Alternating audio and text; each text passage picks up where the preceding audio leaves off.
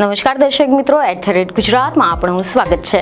આજે આપણે વાત કરવા જઈ રહ્યા છીએ એક એવી પ્રક્રિયા વિશે કે જે હાલ આખા ગુજરાતમાં સૌથી વધુ ચર્ચાનો વિષય બની ગઈ છે અને જે હાલ સમગ્ર ગુજરાતમાં લાખો મતદારોને અસર કરે છે।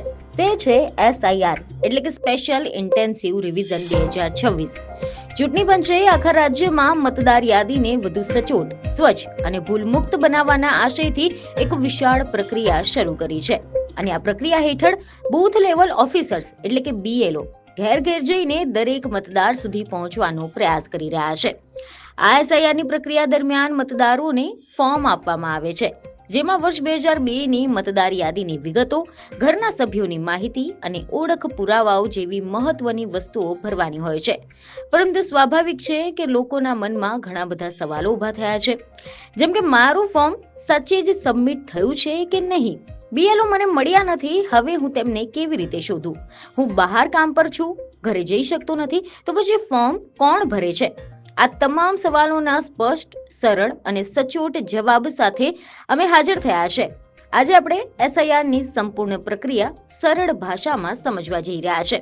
તો તેમાં સૌપ્રથમ તો તમને જણાવી દઈએ કે ચૂંટણી પંચે ગુજરાત સહિત 12 રાજ્યો અને કેન્દ્ર શાસિત પ્રદેશોમાં સ્પેશિયલ ઇન્ટેન્સિવ રિવિઝન એટલે કે SIRની કાર્યવાહી શરૂ કરી છે।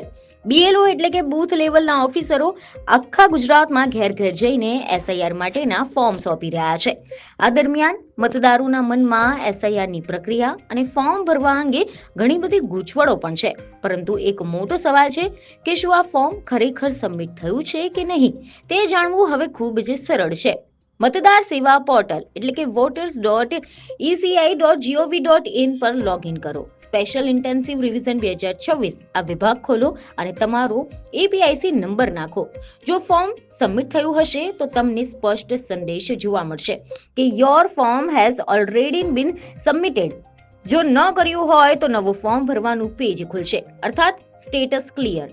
જો તમે પહેલેથી જ રજીસ્ટ્રેશન ન કર્યું હોય તો સાઇન અપ કરીને તમારો મોબાઈલ નંબર કે પછી તમારો કોડ દાખલ કરીને રજીસ્ટ્રેશન પૂર્ણ કરી શકાય છે। જો રજીસ્ટ્રેશન કરેલું હોય તો લોગિન પર ક્લિક કરો, તમારો મોબાઈલ નંબર, APIC નંબર અને આની સાથે જ તમારો કોડ પણ દાખલ કરો અને OTP દ્વારા લોગિન કરો।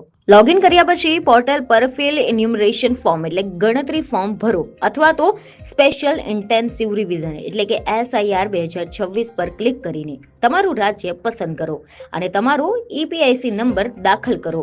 જો તમારું ફોર્મ BLO દ્વારા અપલોડ કરવામાં આવ્યું હશે તો તમને એક સંદેશ દેખાશે કે your form has already been submitted એટલે કે તમારું ફોર્મ પહેલેથી જ સબમિટ કરવામાં આવ્યું છે। જો ફોર્મ અપલોડ નહીં થયું હોય તો તમને આ સંદેશ નહીં દેખાય અને તેના બદલામાં એક નવું ફોર્મ ભરવાનું પેજ ખુલી શકે છે। હવે BLOનો સંપર્ક ઘેર બેઠા કેવી રીતે કરવામાં આવે? ઘણા લોકો ફરિયાદ કરે છે કે BLO તો અમને મળ્યા જ નથી, પરંતુ હવે BLOને શોધવું એટલું જ સરળ છે જેટલું મોબાઈલને અનલોક કરવું। ચૂંટણી કમિશનની વેબસાઇટ voters.eic.gov.in પર જાઓ, સર્વિસ એટલે કે સેવા વિભાગમાં જાઓ, તેમાં know your BLO and PS પર જાઓ, ત્યારબાદ તમારું રાજ્ય અને APIC નંબર અને કોડ નાખો। આની સાથે જ આનાથી તમને તમારા BLOનું નામ અને તેમનો મોબાઈલ નંબર તેમજ તમારા મતદાન મથકની વિગતો મળી જશે। આમ BLOનો કોન્ટેક્ટ થઈ શકે છે। વ્યવસાય અર્થે સ્થળાંતર કરીને બીજા તાલુકા, જિલ્લા, શહેરમાં ગયા હોય તો તેમને પોતાના નોંધાયેલ સ્થળે પાછા આવીને ફોર્મ ભરવાની પ્રક્રિયા કરવી પડશે। ગુજરાતના ચૂંટણી પંચની વેબસાઇટ પર મળતી માહિતી અનુસાર વ્યવસાયના કારણે સ્થળાંતરિત થયેલા મતદારો છે, તેમના કુટુંબના કોઈ પણ સભ્ય તેઓનું ગણતરી ફોર્મ, સંબંધ વગેરે વિગતો દર્શાવીને ભરી શકે છે। આમ છતાં પણ જો કુટુંબનો કોઈ જ સભ્ય નોંધાયેલ સ્થળે હાજર ન હોય તો એન્યુમરેશન ફોર્મ ઓનલાઈન વેબસાઇટ પરથી પણ ભરી શકાય છે। જો તેમની આર્થિક સ્થિતિ કે પછી ડિજિટલ લિટરસીના અભાવે જાતે ફોર્મ ભરવા માટે સક્ષમ ન હો તો પછી ગુજરાત રાજ્યમાં નજીકની મામલતદાર કચેરી ખાતે પણ અઠવાડિયામાં 1 દિવસ આવા મતદારો માટે ઓનલાઈન ફોર્મ ભરવા માટે વ્યવસ્થા કરવામાં આવી છે। હવે સવાલ એ પણ થાય છે કે જે મતદારનું નામ ડ્રાફ્ટ મતદાર યાદીમાં નહીં આવે તેમને કઈ રીતે જાણ થશે? તો જો ફોર્મ ભરવામાં તમે કોઈ ભૂલ કરી હોય, જેમ કે સહી ન હોવી, લખાણ ગેરવાંચનીય હોવું કે પછી ફોર્મ જ ન આપવું, તો તમારું નામ ડ્રાફ્ટ મતદાર યાદીમાંથી છૂટી શકે છે અને ખાસ નોંધ, કોઈ પણ વ્યક્તિગત નોટિસ નહીં મળે। તમારું નામ છે કે નહીં તે તમારે પંચાયત મતદાન મથક અથવા તો સીઈઓની વેબસાઇટ પરથી જ ચકાસવું પડશે. હવે આપણે વાત કરીએ એસઆઈઆર માટે 13 માન્ય દસ્તાવેજોની. તો તેમાં જન્મ પ્રમાણપત્ર, પાસપોર્ટ, મેટ્રિક્યુલેશન પ્રમાણપત્ર, સરકારી કર્મચારી આઈડી, કાયમી રહેઠાણના પ્રમાણપત્ર, જમીન ફાળવણી પ્રમાણપત્ર, ઓબીસી એસસી એસટી પ્રમાણપત્ર, કુટુંબ રજિસ્ટ્રેશન, આની સાથે જ એનઆરસી નો અંશ જ્યાંથી અસ્તિત્વમાં હોય, અને વધુ મહત્વનું કે આધાર ફક્ત ઓળખ માટે જ માન્ય રહેશે. જો કે આમાં મહિલાઓને પણ ખાસ માર્ગદર્શિકા આપવામાં આવી છે. જો તેમનું નામ 2002ની મતદાર યાદીમાં પિયર પક્ષે હોય અથવા તો સાસરી પક્ષે હોય તો તેમની વિગતો આપવાની રહેશે.